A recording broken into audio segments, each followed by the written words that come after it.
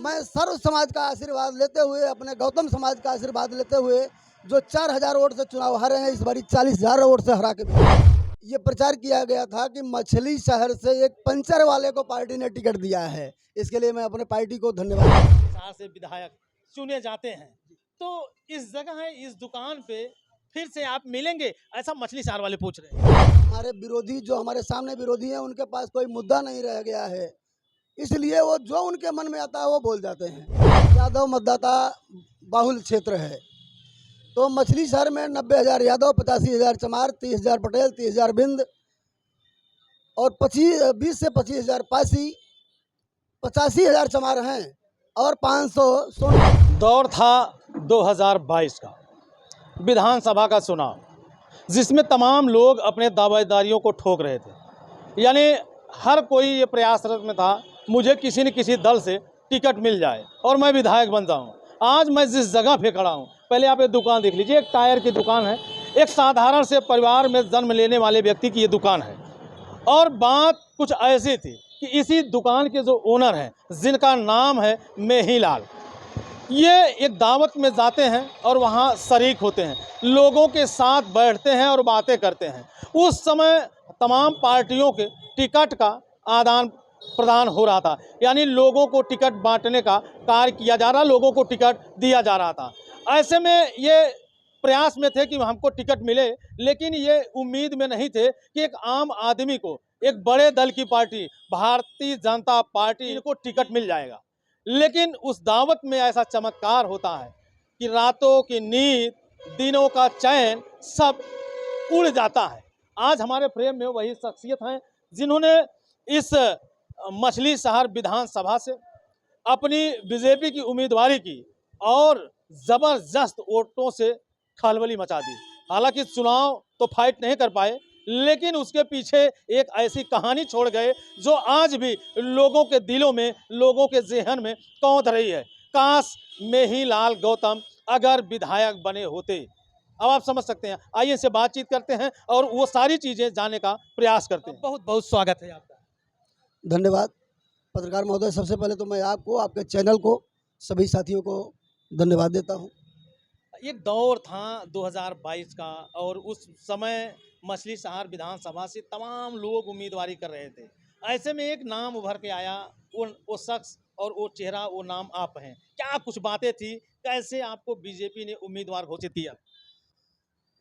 महोदय, सबसे पहले तो मैं अपने पार्टी के शीर्ष नेतृत्व को धन्यवाद दे रहा हूँ और उनका आभार व्यक्त करता हूँ, कोटि से आभार व्यक्त करता हूँ कि हम जैसे छोटे से कार्यकर्ता के ऊपर पार्टी ने विश्वास किया और मेरा भी विश्वास था कि हम पार्टी को जीत के एक सीट मछली शहर की देंगे। महोदय, मछली शहर का चुनाव बहुत बढ़िया लड़ा गया।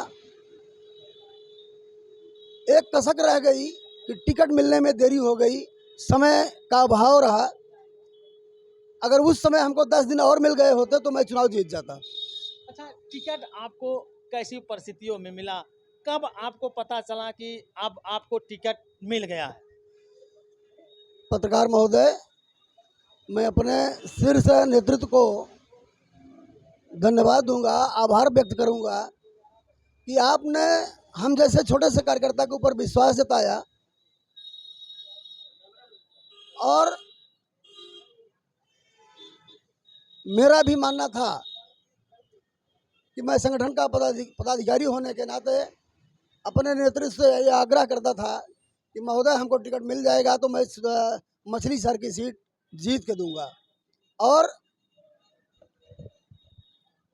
पार्टी ने विश्वास किया। थोड़ा सा समय कम रहा, इसलिए हम समाज में, अपने समाज में पूरा भरसक जितना हो जाना चाहिए उतना संपर्क नहीं कर पाए।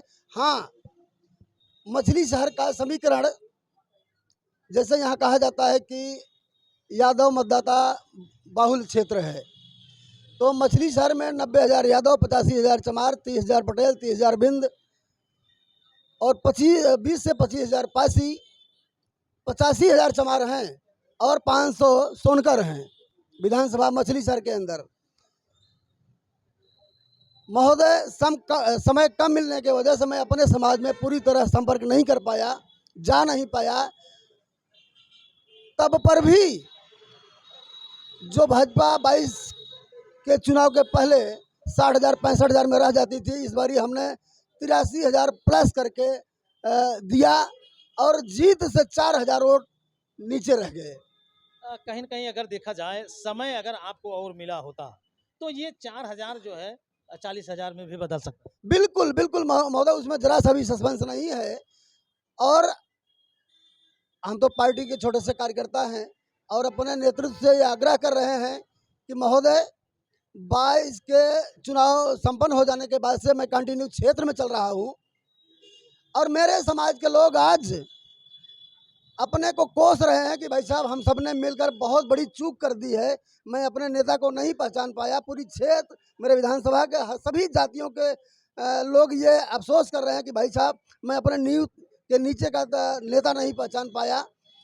आज कोस रहे हैं और सबको यह विश्वास है कि मेहीलाल को अवसर मिलना चाहिए। अगर मेहीलाल को अवसर मिलता है तो हम लोग दलों को छोड़ के, पार्टी को छोड़ के मेहीलाल को जिताने का काम करेंगे। अच्छा विधायक जी, अभी जैसे अगर बात किया जाए कि वर्तमान समय पे आप जिस दुकान पे बैठे हैं, इसी दुकान पे बैठते हुए आप राजनीतिक सफर तय करते हैं।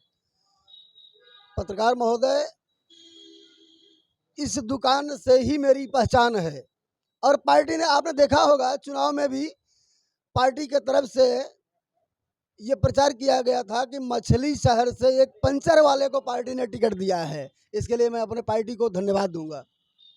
क्या इस आने वाले 2027 में आपकी तरफ से किस तरह का प्रदर्शन होगा? क्या जोर आजमाइश होगी और क्या दांव चलाएंगे आप? महोदय, मैं अपने पार्टी के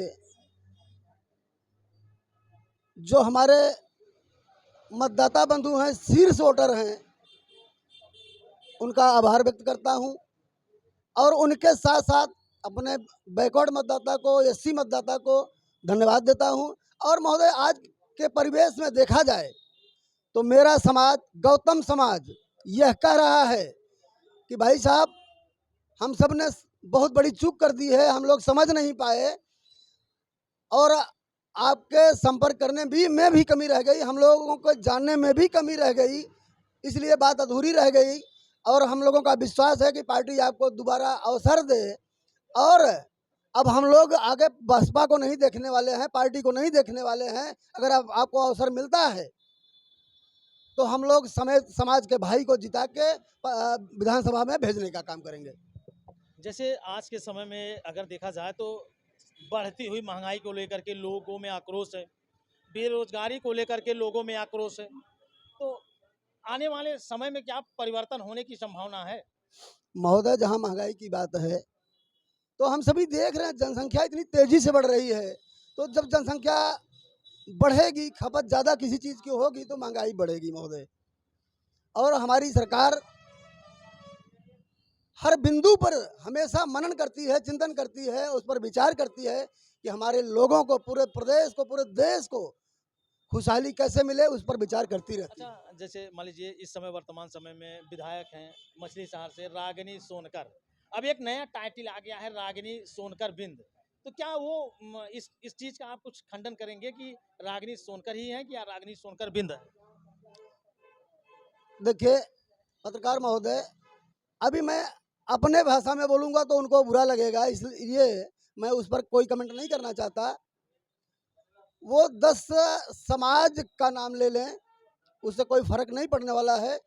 पार्टी से मेरा आग्रह है कि 27 के चुनाव में अवसर मिल रहा है तो मैं सर्व समाज का आशीर्वाद लेते हुए, अपने गौतम समाज का आशीर्वाद लेते हुए, जो 4,000 वोट से चुनाव हारे हैं, इस बारी 40,000 वोट से हरा के भेजूंगा। क्या बात है, मतलब हरा देंगे ऐसा प्रण कर रहे हैं? पक्का पक्का, दो राय नहीं, उसमें कोई सस्पेंस नहीं है।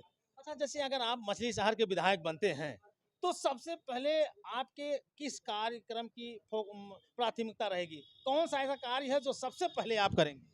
देखिए महोदय, मैं आपको आश्वस्त करना चाहूँगा कि जनता की सबसे बड़ी ज़रूरत होती है सड़क, बिजली, पानी, स्वास्थ्य, शिक्षा। तो हम सभी देख रहे हैं कि हमारी सरकार, माननीय प्रधानमंत्री जी, माननीय योगी जी महाराज हर बिंदु को छू रहे हैं। ऐसा कोई बिंदु नहीं है। हमारे लोगों को क्या ज़रूरत है, दवा की ज़रूरत है, शिक्षा की ज़रूरत है, पढ़ाई की ज़रूरत है, ऐसा कोई बिंदु नहीं है कि हमारी सरकार छोड़ रही है। और हमारी सरकार जैसा हमारा नारा है, सबका साथ, सबका विकास, सबका प्रयास, सबका विश्वास, तो उस पर हम काम कर रहे हैं। हमारी सरकार काम कर रही है। लगातार ये आरोप लगाए जा रहे हैं कि उत्तर प्रदेश में जितनी भर्तियां आ रही हैं और जितनी वैकेंसी आ रही हैं सबके सब पेपर लीक होते जा रहे हैं। महोदय, ऐसा कुछ नहीं है। ये हमारे विरोधी, जो हमारे सामने विरोधी हैं, उनके पास कोई मुद्दा नहीं रह गया है, इसलिए वो जो उनके मन में आता है वो बोल जाते हैं। इसमें मतलब कोई पारदर्शिता नहीं है। आप देख रहे हैं हमारी सरकार कितने हमारे भाइयों को, बहनों को सरकारी नौकरी से जोड़ रही है। जो हमारे गरीब परिवार के भाई हैं, बहन हैं, उनको भी अवसर मिल रहा है। और आप, हम सभी देख रहे हैं, पूरा देश जान रहा है कि आज जो नौकरी हमारे भाई बहनों को मिल रही है, बगैर 10 रुपये दिए, बगैर 1 रुपये लिए नौकरी सबको मिल रही है। अच्छा, क्या अगर बात करें तो जैसे अगर आप मछली शहर से विधायक चुने जाते हैं तो इस जगह है, इस दुकान पे फिर से आप मिलेंगे, ऐसा मछली शहर वाले पूछ रहे हैं। धन्यवाद पत्रकार महोदय, आपने बड़ी बात कही। देखिए, मेरा मानना है, मेरा विश्वास है कि अपने वजूद को भूलना नहीं चाहिए। इसलिए यही दुकान, इस दुकान से ही मेरी पहचान है। और आपका आशीर्वाद जब भी मिलेगा, पार्टी का आशीर्वाद मिल रहा है, तो भगवान का आशीर्वाद मिल रहा है। मैं विधायक हो जाऊंगा तब भी टायर बेचूंगा, तब भी दुकान पर बैठूंगा। लोग कहते हैं कि विधायक होने के बाद तो विधायक जी दिखते नहीं है तो टरवा कैसे बेचेंगे। ऐसा कुछ नहीं है, ऐसा कुछ नहीं है। कोई अपना विश्वास नहीं भूलता, अपना परिवार नहीं भूलता, अपना क्षेत्र नहीं भूलता। इसलिए मेरा विश्वास है कि मैं जहाँ का पैदा हुआ हूँ वह स्थान नहीं भूलूंगा। बहुत बहुत धन्यवाद आपका। तो दोस्तों, आपने देखा कि इनके अंदर वो गांव के गुण, वो क्षमताएं और वो ममताएं विद्यमान हैं। इनका इस दुकान से इतना लगाव है कि इसी दुकान की बदौलत ये जो है शीर्ष भूमिका में पहुंचते हैं, शीर्ष नेताओं के सानिध्य में आते हैं और मछली शहर विधानसभा से सुरक्षित सीट से ये एक बड़े दल से, भारतीय जनता पार्टी से ये चुनाव लड़ते हैं और लगभग 84,000 वोटों की प्राप्ति भी करते हैं। लेकिन यह है कि नसीब में जीत नहीं थी। लेकिन हाँ, इन्होंने तो ये दिखा ही दिया कि पहली बार चुनाव लड़े और कितना दम है।